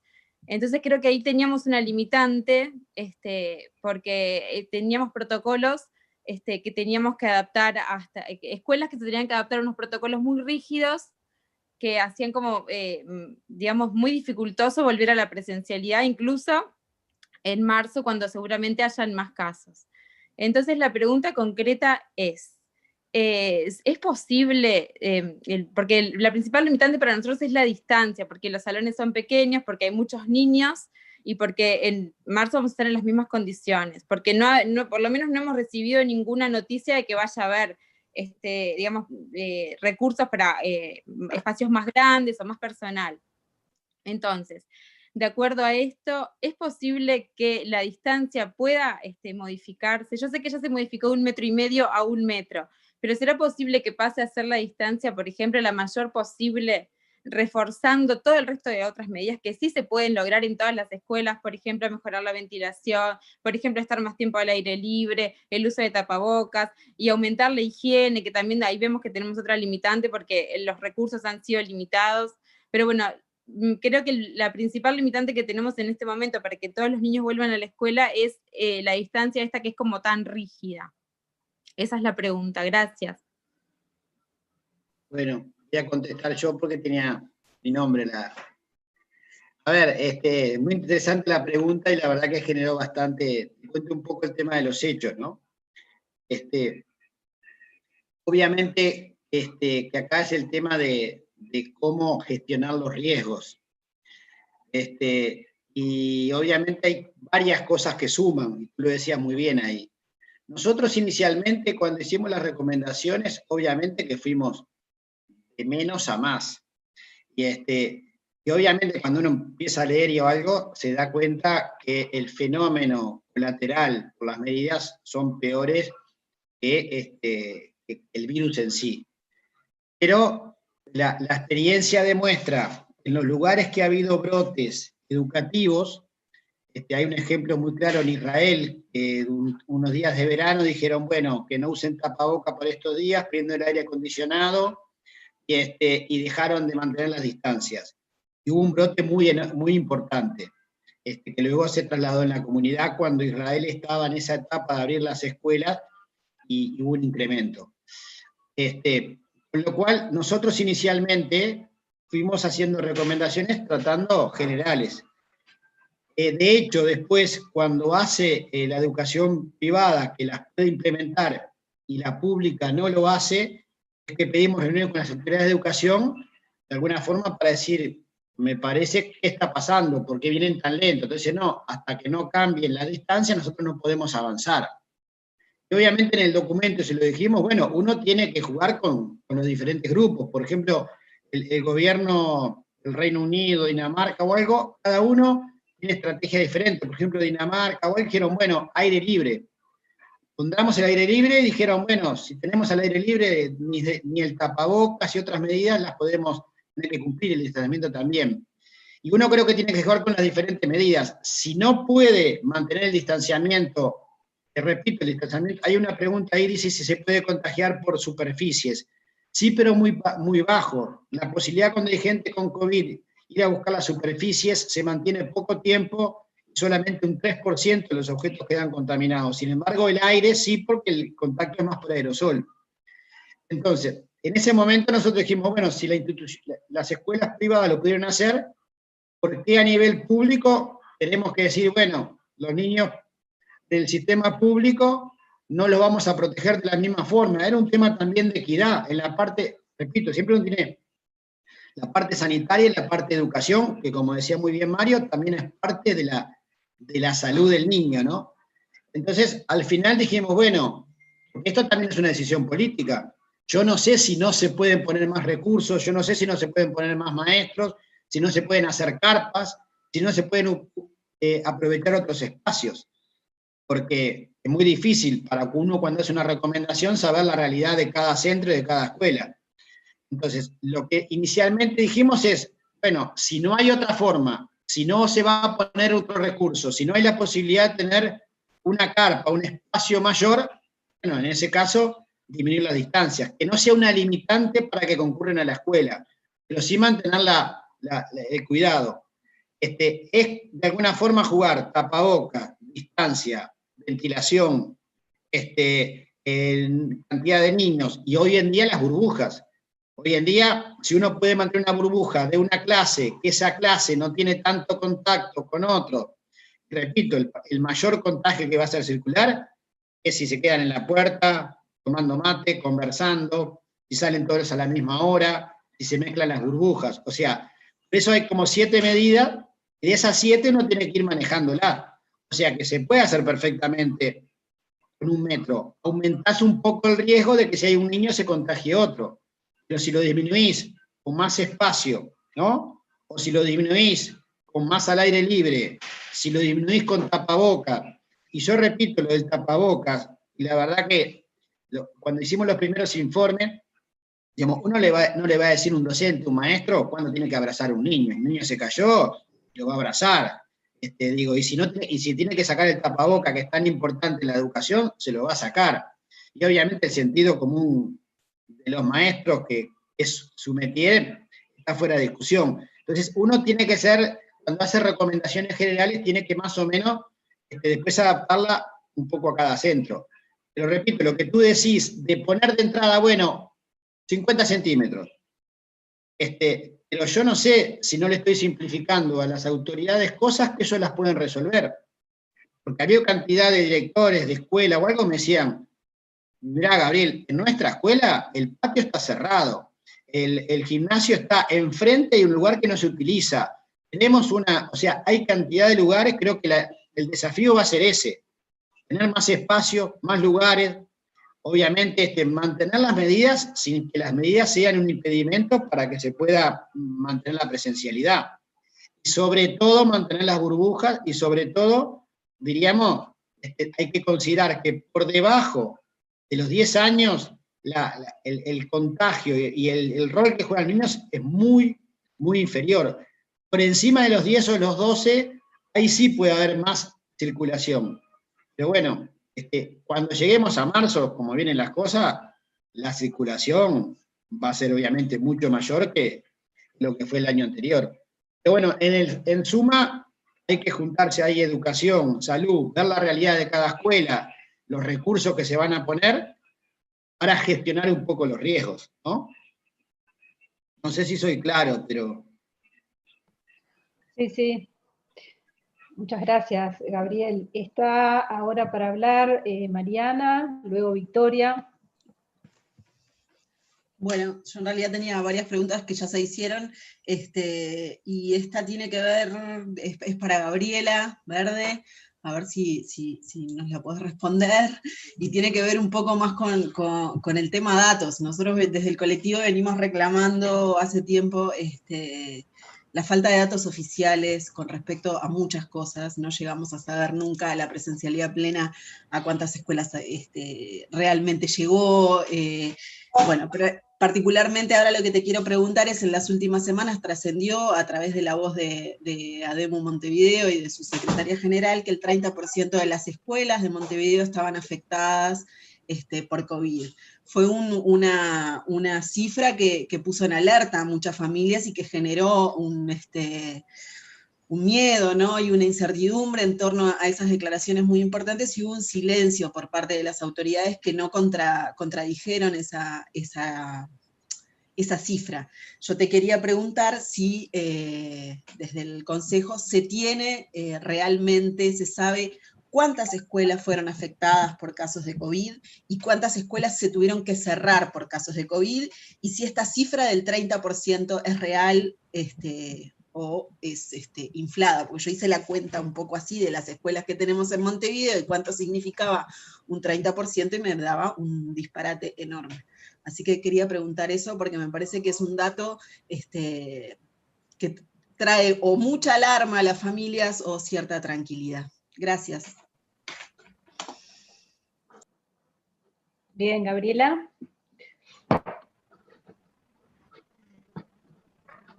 Bueno, Gabriela quedó, ¿me escuchan? ¿Sí? Ah. Gabriela, ¿ahora escuchás, Gabriela? Ahora sí, pero sí, ahora escucho, se había trancado un poco y no escuché, escuché hasta lo del 30% y no mucho más. Si quieren contesto hasta ahí. Chiquitito te retomo, lo que preguntaba es si sabían exactamente cuántas escuelas habían sido afectadas, cuántas escuelas tuvieron que cerrar por COVID, y si efectivamente hubo brotes, cuántos fueron.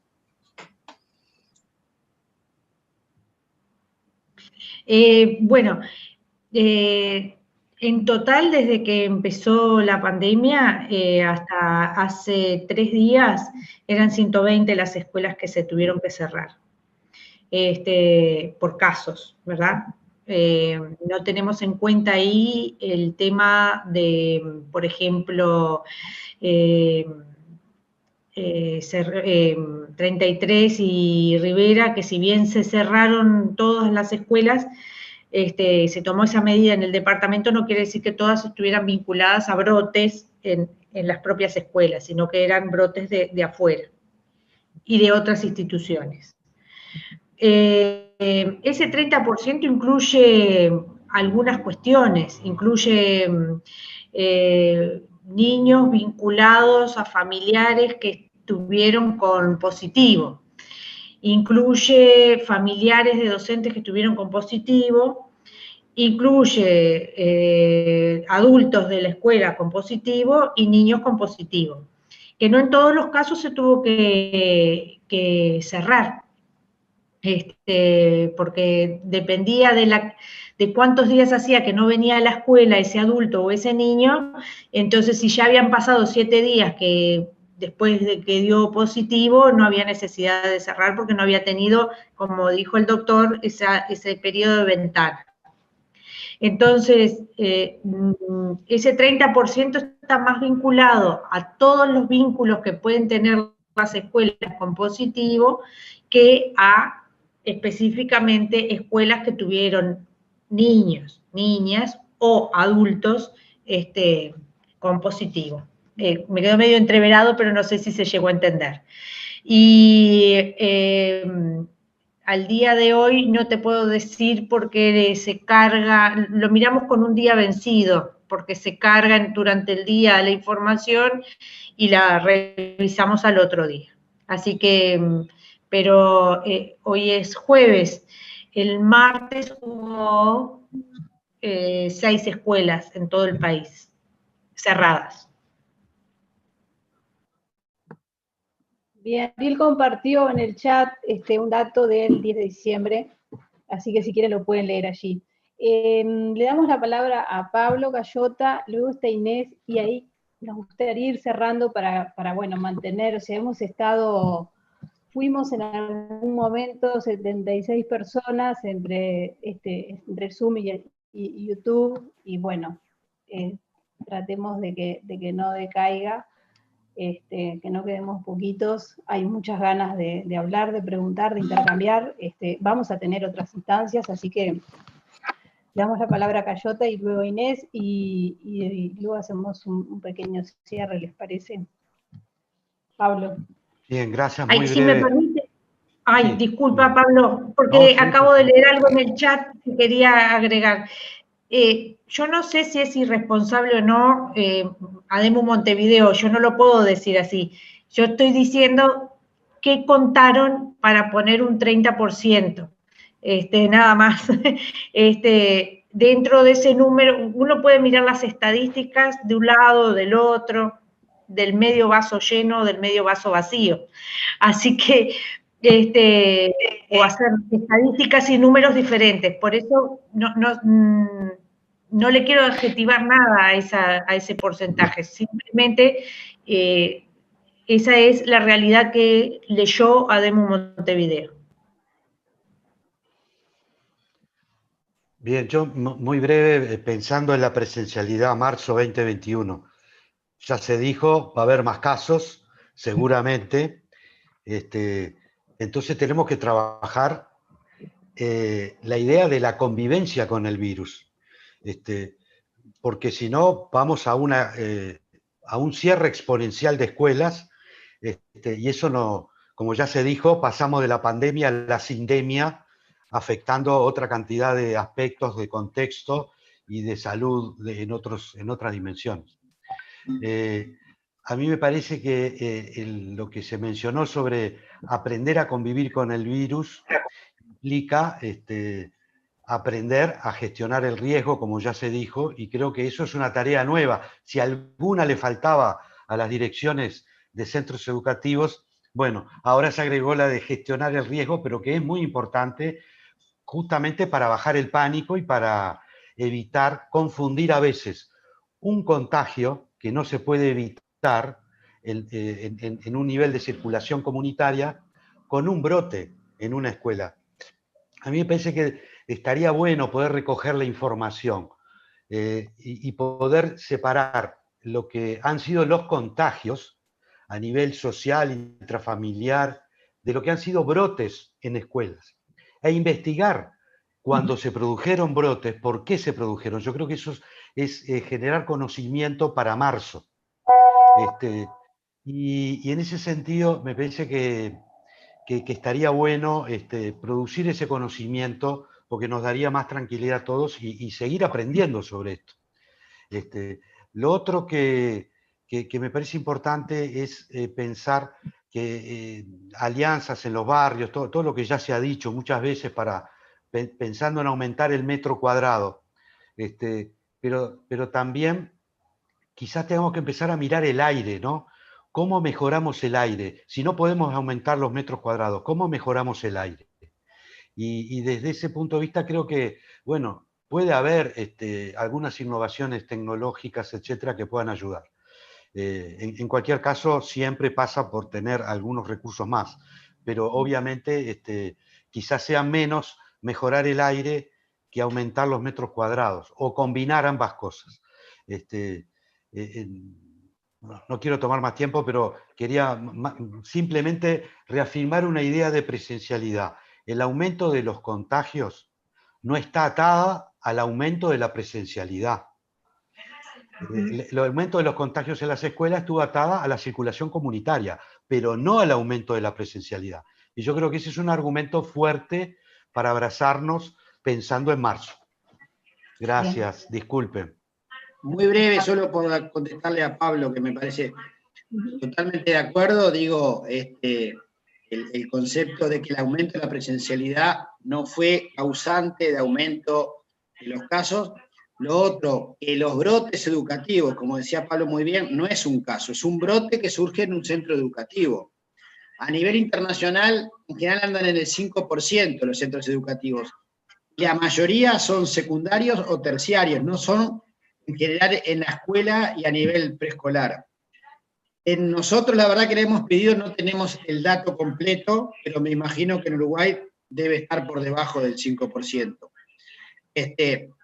Y lo otro el otro punto, lo del aire, ahí está. Yo en uno de los trabajos con el grupo de atención primaria estuve trabajando lo mismo y le pedí a la Facultad de Arquitectura, que está una parte del manejo del aire en los hospitales, de ingeniería, y lo que decías tú, se puede hacer, hay que usar obviamente los aires acondicionados, como hacen en esos lugares, que en vez de hacer circular el aire, saquen aire y renueven el aire, pero hablaban que el tema del costo es alto, con lo cual volvemos a lo mismo, sería muy bueno, hubiera estado bueno haber trabajado en eso, y bueno, la limitante es el equipo y el costo, pero se podría hacer, y podría ser una contribución. Por eso en otros países han optado más por tener clases al aire libre cuando se puede, o usando carpas o techos, otras formas en el cual pueda circular. Nada más. Bien, gracias, Gabriel. Victoria, luego Inés, y vamos cerrando, ahora sí.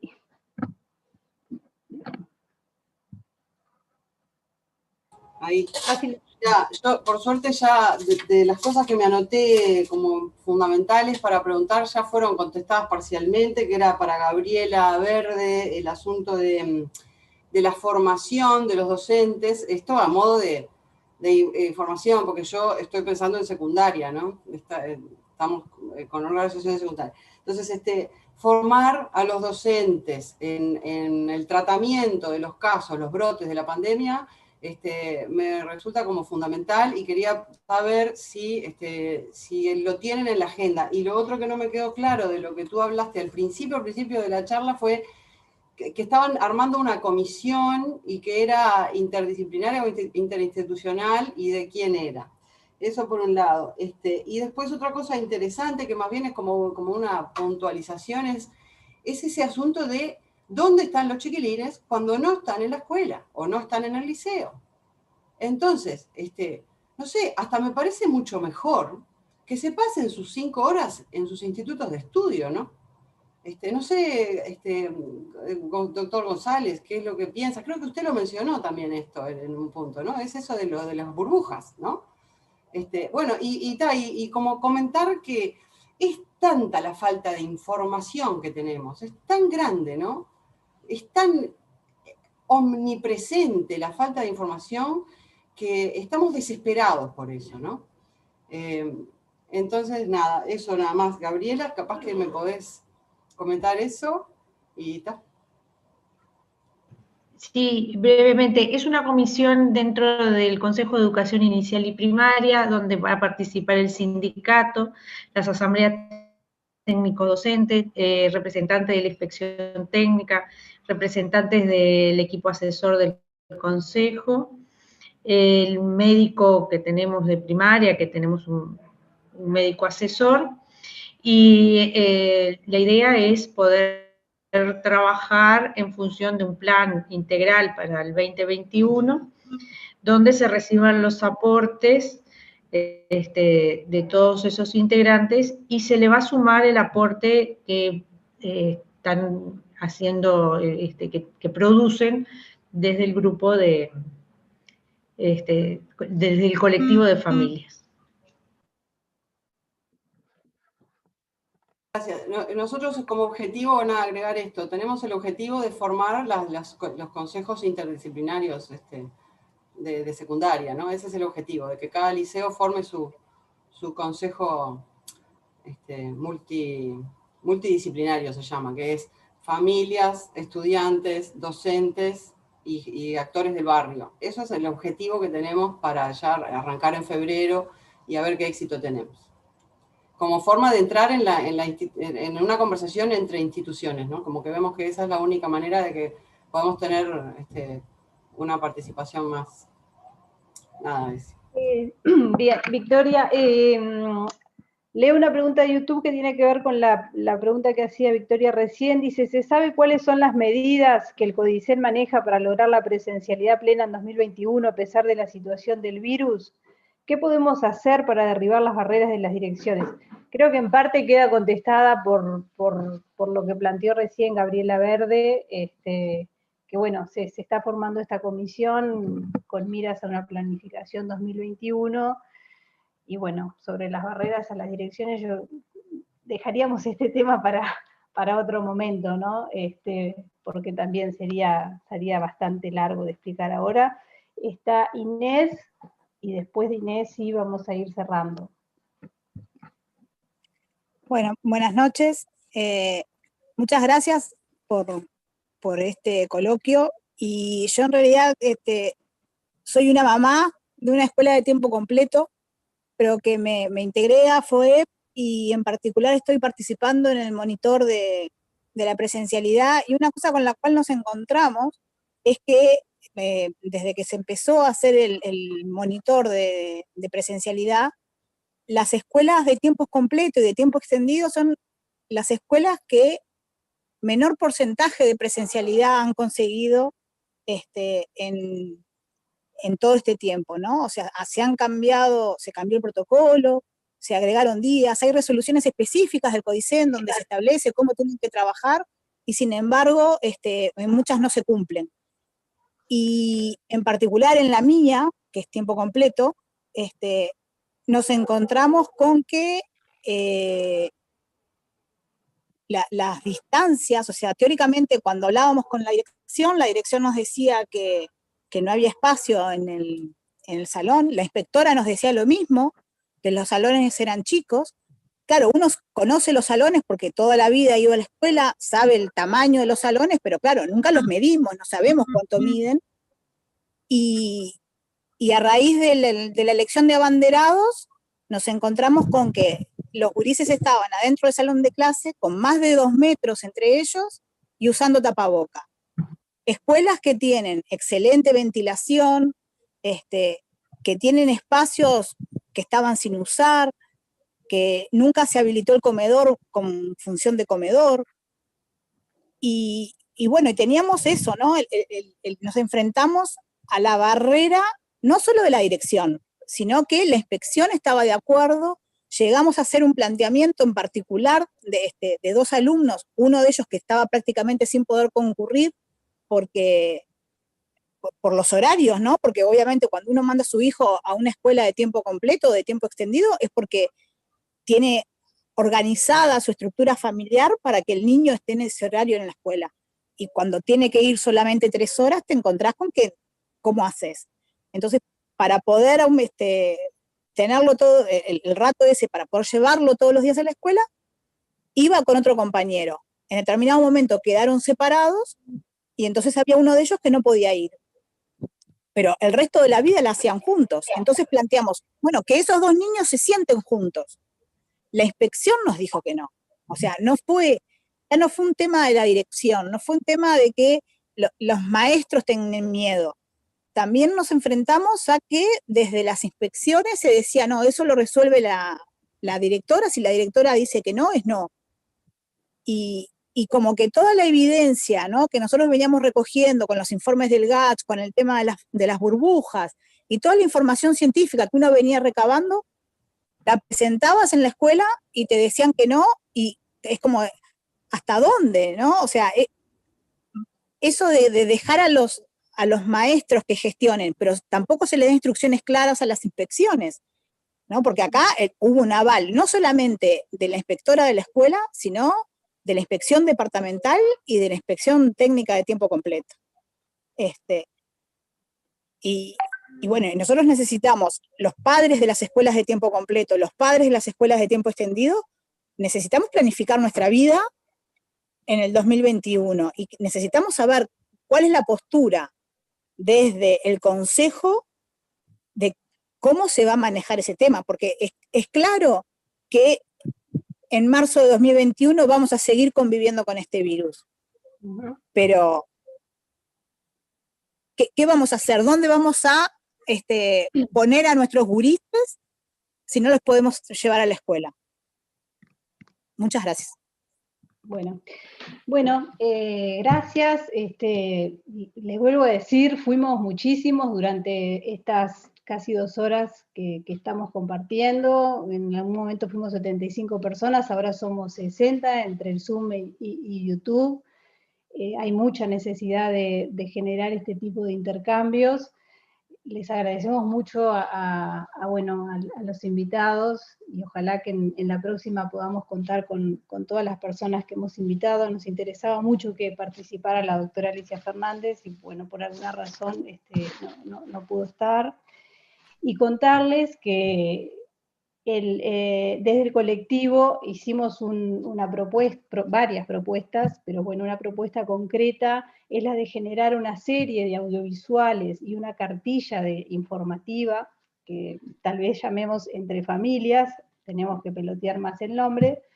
Hemos pedido colaboración a la cooperación internacional, a la Agencia del Fondo Nacional de Población y de Naciones Unidas, y nos van a estar apoyando con eso.